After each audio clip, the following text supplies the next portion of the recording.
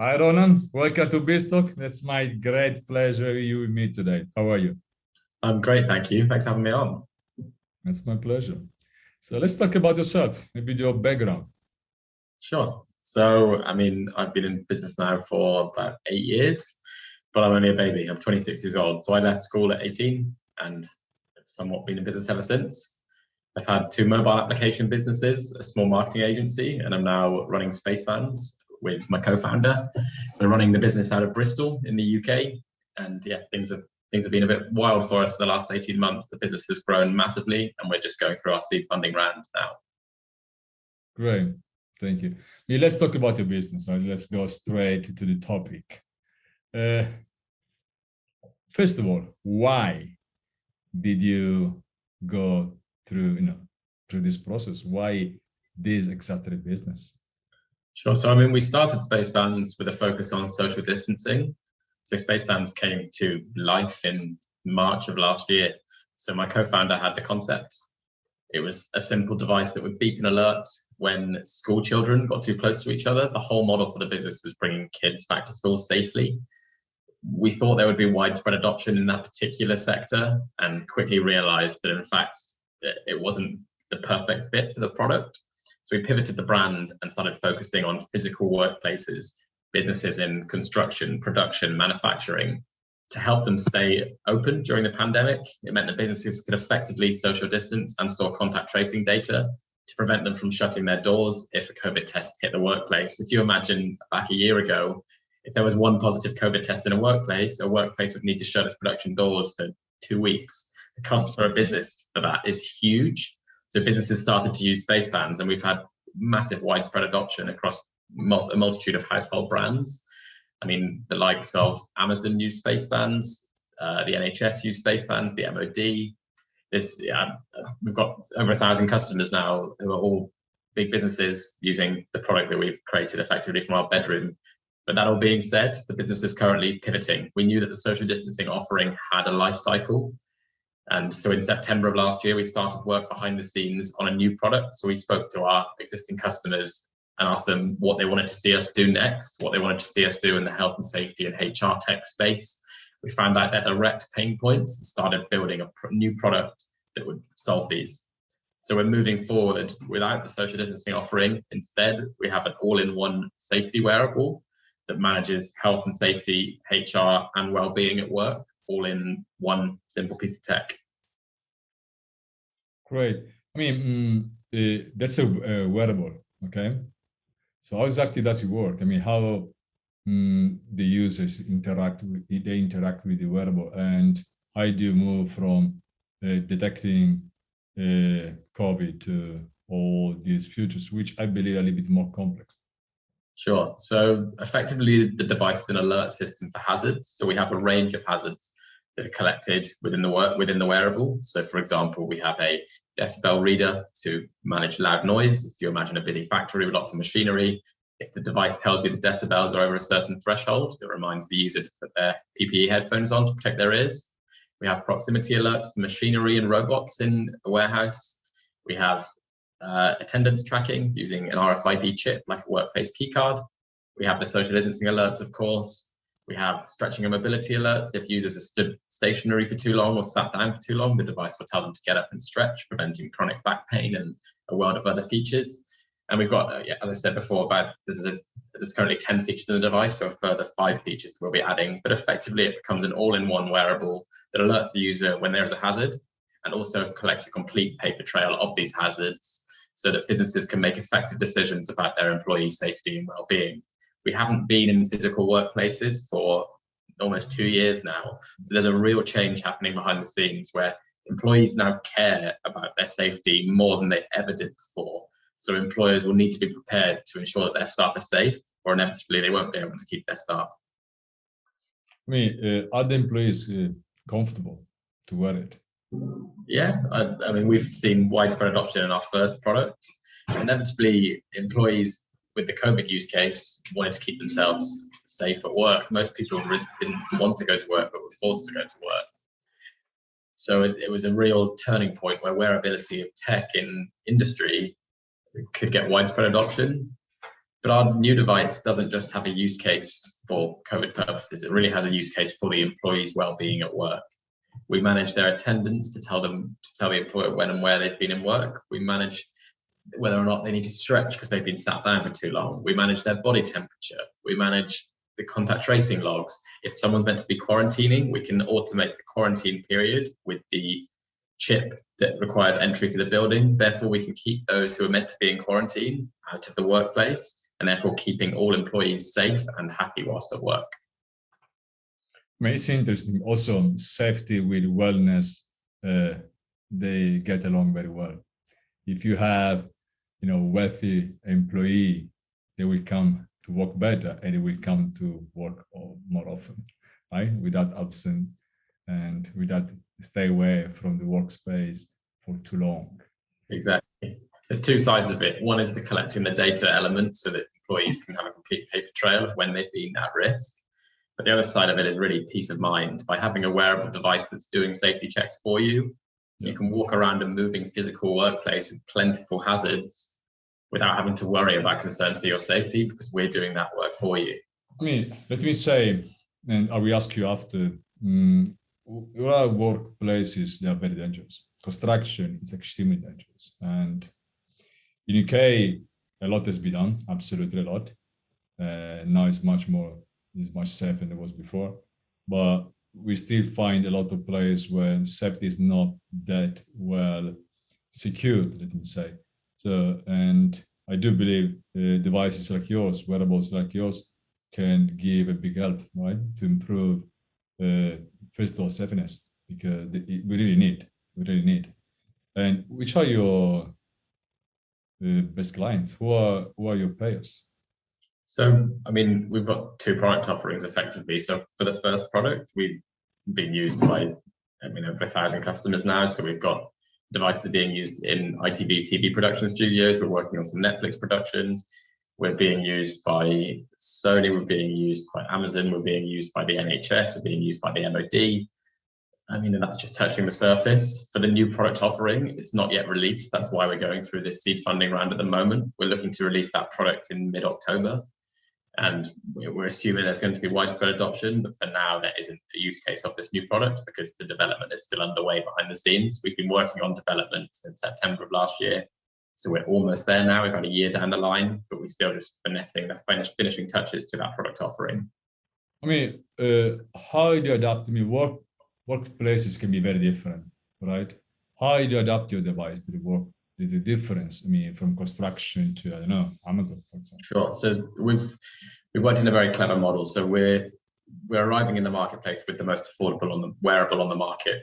Our device will be £45 a unit, but the core offering just extends to the employee benefits. So we have the contact tracing logs, we have the stretching and mobility alerts, we have the temperature scanning, and we have the RFID chip that can give access to doors. However, for the other benefits of the product that will directly impact the employer, so for example, the proximity to machinery, keeping employees safe on the workplace floor, the lone worker system, the attendance tracking and fire logging to see who's in the building and who leaves the building, all of those are modeled in at a £1 subscription feature. So that means that the device is completely customizable for a range of sectors and industries. Companies will only pay for the features that they deem are beneficial to them. If a feature isn't necessary, then they simply don't have to pay for it and they won't have access to it. So the device is completely customizable for a range of workplaces. We had that feedback early on with initial customer conversations that we had when building out the device. And the raw offering was that people didn't want to pay for features that they weren't using. So we've completely honed in on that and are only delivering a product that the end user feels they're getting value for. So you're mixing one-off payment when it comes to the model and buying the device, and after maybe a recurrent, right, coming from the features. It's going to be monthly probably payments, right? Yes. Exactly your model works, your business model. How do you generate revenue from your business? Yeah, so we have 4 revenue streams. In short, we have the device sales. We also have a central hub system for sharing data. So that hub is a sort of almost like a Wi-Fi router that simply exchanges the data from the wearable device onto our web app. Yeah. So the device is £45. The hub's going to come in at 100. We also have a charging station for charging all the devices, which is 35. And we have the subscription model for features, which is £1 per feature. So our device is incredibly affordable. It undercuts everything that's there in the market already. It's just a case of now bringing it to market in a month or so. Where is the first market? UK? UK, yes, exactly. UK manufacturing. So UK, and after, what's going to be next? So our company is already being used across the world. We've sold our original product into 30 countries across 5 different continents. So there will be international markets for the new SpaceBands device, the all-in-one workplace safety wearable. Right now, the focus is on the UK, but as we scale, we'll move into international markets. The US is a big piece for us. But of course, with anything, you really have to find the niche first and then hone in once you've got that feedback to build out that product offering to a perfect solution. So we'll really target the UK in Q4 of this year, and then from there move into international markets. I mean, as you touch to very concerning point for politicians, let me say, right? Data and safety. I'm pretty sure you're very well aware when it comes to UK, but Europe as a whole, for example, it can be a nightmare. How do you need any application to apply and any I don't know, tree or something similar be approved to sell your devices? As you touch data, data it's okay, it can be, it can't be that big issue, but when it comes to safety. Sure. So in short, no. So we hold no personal data at SpaceBands. Everything that we do is completely anonymized. Employee names aren't held by us at any stage. Everything is simply collaborated to a device ID. So in short, the widespread adoption of the product is simply aligned to the device ID. So moving into any market, as we found with our first product, is completely viable. That's why we're very confident at this stage we're going to have widespread worldwide adoption. When it comes to safety? Safety, the same rule applies. It's all anonymized. The device is accurate, but the device is effectively a warning mechanism. It's not a definitive means of stopping safety hazards from happening. It just warns you that they could happen, and therefore you should be aware that they're happening. We're not creating a harness, for example, that's keeping someone off the side of a building. We're simply telling them, look, there is a hazard around, be careful. So this is seed around, let's say, to launch your MVP, right? You need to launch the product now. And have you done any projections? What can be the percentage of safeness you can actually achieve? I mean, let's say from 0 to 100, right? Now happening 100 accidents per month, how much can be reduced? Yes, I mean, the industry wearables market is set to move to 2.78 billion by 2024, because there's a real need in the market at the moment for tech that can solve these safety concerns. UK economy spends £77.8 million a year on workplace safety and injury. So, I mean, the percentage of workplace injury and safety is massive. People arrive at work in these physical workplaces in big factories, big production houses with 101 moving machinery parts. And as we move forward and we get more people returning back to physical work, these stats will just skyrocket once again. So SpaceBands stop these hazards from happening and creates a complete paper trail so that both the employee and employer can see exactly what's going on and therefore inform their PPE.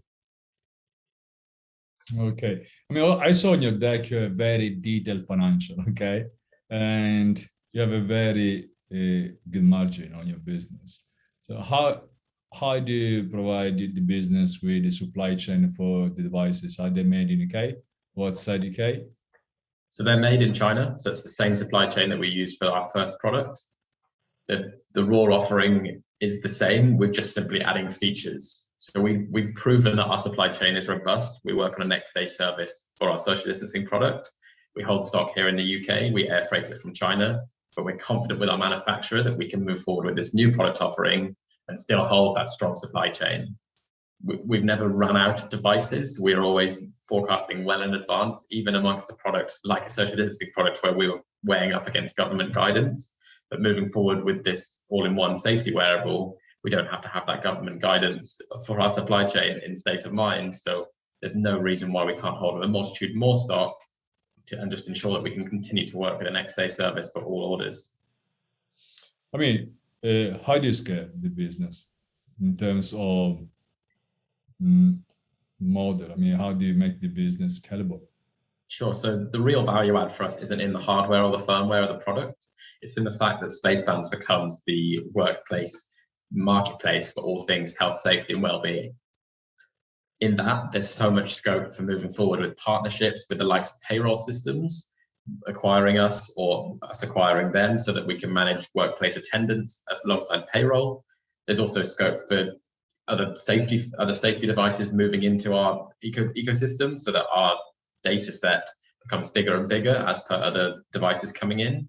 But inevitably, our device is collecting a whole paper trail of hazards at work. So the scope for an insurance company buyout or exit is huge. Business insurance can effectively use SpaceBands as a black box at work so that they can manage tariffs and manage quotes for insurance alongside the data that we're collecting. And that being said, there's also lots of scope for being bought out as a white labeled product, given that we have widespread adoption with our product and it creates value at a business. There's no reason why big businesses wouldn't want to use SpaceBands as their product and white label us. I mean, I'm going to work with insurance. I've been in touch with a guy not doing what you're doing, of course not, but was something also related to safety. And he was working with insurance. The insurer was using his device to lower the cost of the insurance. So is something that can be done with you? Yes, 100%. We're still in very early days of the business, given that the product development isn't quite complete. We're almost there. But those conversations will really come into fruition over the next 6 months. For now, our focus is on raising this money so that we can scale the business rapidly, grow the team, improve the marketing spend. But moving forward, of course, those conversations will happen. It's just a case now of getting that key product offering to a perfect stage rather than wasting those communications when we're not quite ready for them. I mean, how much are you raising? How are you going to use the funds? So we're raising 600K. We've already raised 100K. We have SEIS and EIS advanced assurance.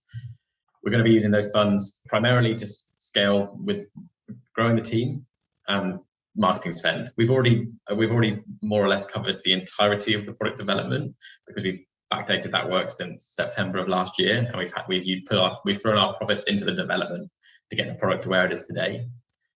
We could have just bankrolled the business moving forward with our profits, but we want to be really part of the change in when workplaces return. And the only way to do that at mass scale and get the product into front of as many eyes as possible is to push money into the campaigns. So we're going through this raise now and hope to close it within the next 2 months so that when we hit the end, mid-October, November, we're set to release the product and we have the funds capable of moving at scale rapidly. I mean, team, it's plays the biggest role when it comes to startup, right? A startup without founders is nothing. Sure. Startup is made and it is founders. So are you just yourself or you have a co-founder? No, I have a co-founder. So yeah, my background lies in software development and digital marketing, given that I had 2 mobile app businesses and a marketing agency. My co-founder, Harry, has a strong background in sales. He ran sales at 2 successful startups and had his own startup within university that won some awards. We've been best friends since the age of 10. So it was always inevitable that we'd go into business together in some form, given that our careers have taken the road that they have. We didn't quite realize it would be in workplace safety, but inevitably we found ourselves here. And yeah, here we are a year and a half down the line and SpaceBands is going strong. That's great. I mean, founders matter a lot. I mean, let me close. Why investors should invest in your startup, your venture? Sure. So, I mean, we've already proven that we have the capacity to build out a business. We've self-funded SpaceBands in its core form with the social distancing offering to turn a revenue of 450K in year 1, and we were a team of 2.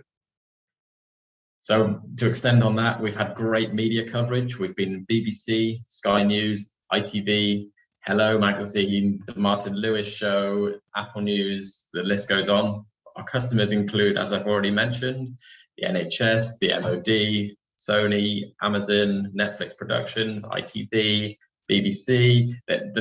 We've really created something out of nothing, and we've proven that we can do it. we knew we had to pivot the business and therefore started working behind the scenes on this new product offering. And that product offering only came as a result of our key customers, the likes of Tiffany and Co, commenting on what they wanted to see us do next. We've listened to what the market wants, and we've built something that directly aligns with that. We know that this will be a success. It's just a case of getting it off the ground quickly. If we weren't in such a time rush, we wouldn't need to go through this round that we're going through now, because we're certain that the product will be a success. Just going through this round now means that we can do it as quickly as possible. I really hope you can have this done very soon, Ronan. And let me thank you for coming to BizTalk. It's been my great pleasure, and hope we can have another talk. I don't know. Let's see it around pre-A. Perfect. See you there. Much. Thank you. Take care. Bye. Bye-bye.